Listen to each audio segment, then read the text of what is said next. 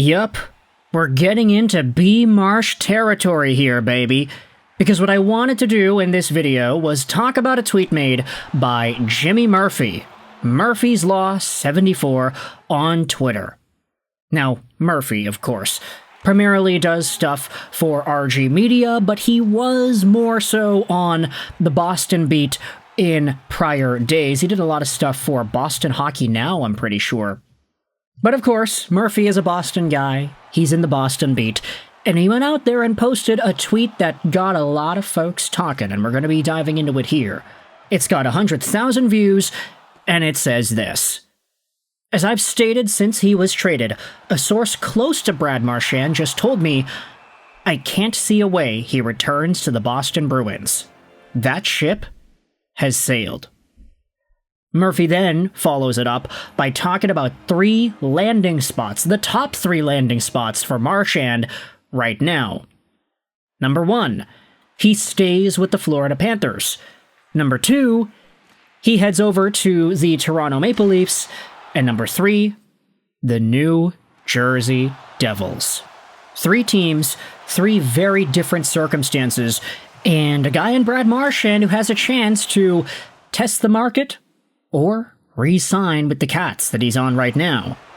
The Florida Panthers, by the way, such dominance in the Stanley Cup Playoffs this year. It's almost like teams with no state tax actually do have an advantage. Who would have thought?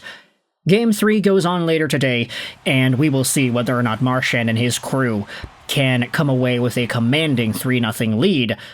But Brad Marchand has been just such a character in the National Hockey League the past few years. An agitator, a pest, the dirtiest rat in the game who also happens to be a 100-point scorer. The previous few years saw him producing fewer points than that. He had 67 points in both seasons with the Bruins before the season where he got traded. He had 47 points in 61 games with Boston this year.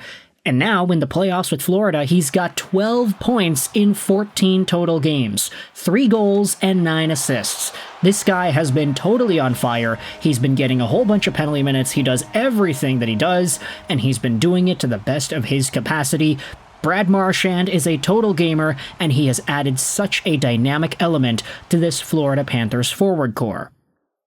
So, of course, it comes as no surprise to anybody that Marchand re-signing in Florida is a likely possibility. However, one of the top replies goes out there and says, hey, wait a minute, why would he leave Florida? Why are you talking about Marchand as if there are other options here? It may not be his choice, Murphy replies. They have to shell out money for Sam Bennett after all. This, of course, is a pretty notable factor in the Brad Marchand discourse because it may not be entirely his decision whether or not the Florida Panthers have the necessary assets to keep him.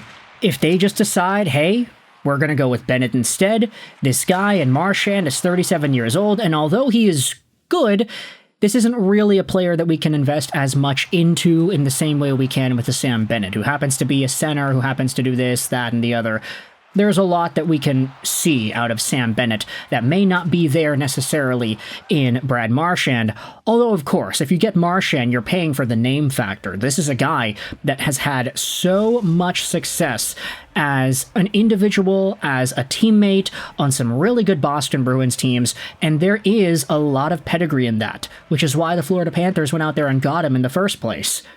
If he wins another Stanley Cup with the Cats, then who really knows? Who cares if he ends up leaving? He's got another lanyard to hang on his legacy there.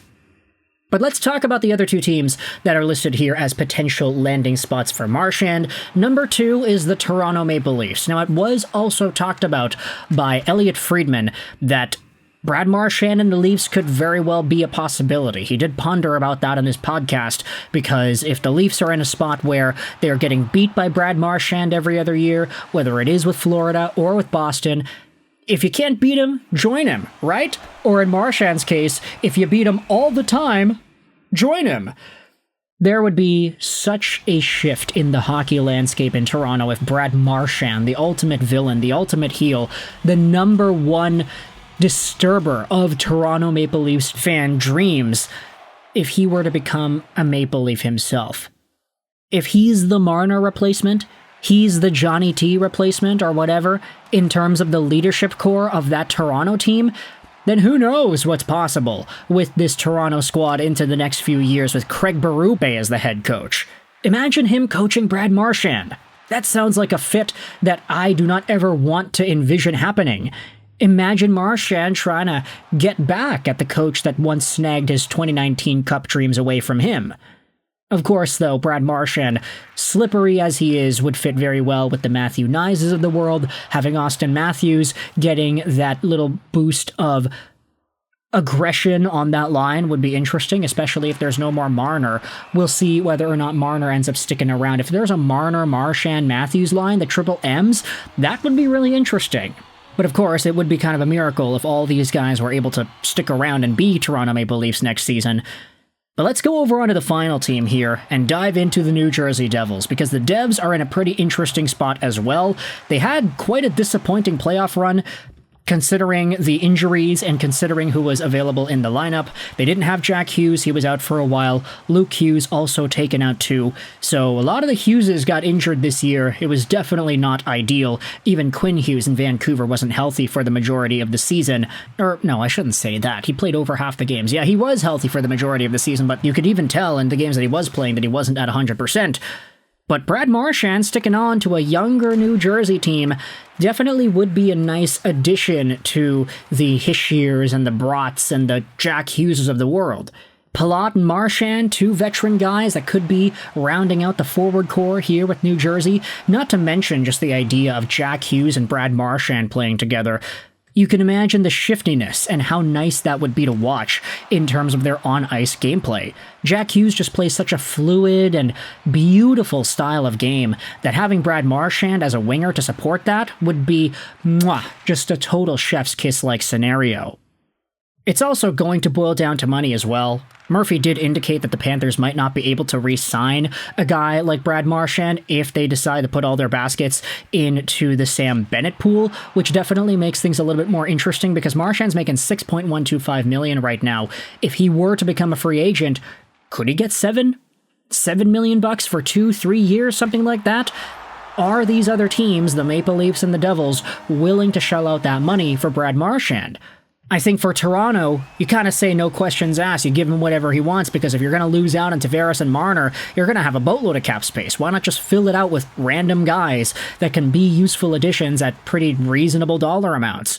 Marchand has been underpaid his entire career, which is why this entire fallout with Boston even happened, to the point where it's like, yeah, there's no way he is coming back to Boston. He is not shipping back up to Boston because they are not going to pay him the money that he rightfully deserves. Hey, you've taken such a big discount over the years as the captain of this team, as a cup champion with this team, as a long-tenured rat and tough guy on this team. Let's pay you back by giving you a little bit less money than you actually are worth. Hell nah. Good on Brad Marchand for not wanting to come back to that, but now it opens the door for some very interesting discussions with other teams. Let me know in the comment section all your opinions about Brad Marchand heading over to Florida next year, Toronto, or the New Jersey Devils. What are your thoughts on each of these three teams, and who do you think is the more likely team to sign him? Let me know in the comments all your opinions. I hope you enjoyed this British Astros 99, and bye.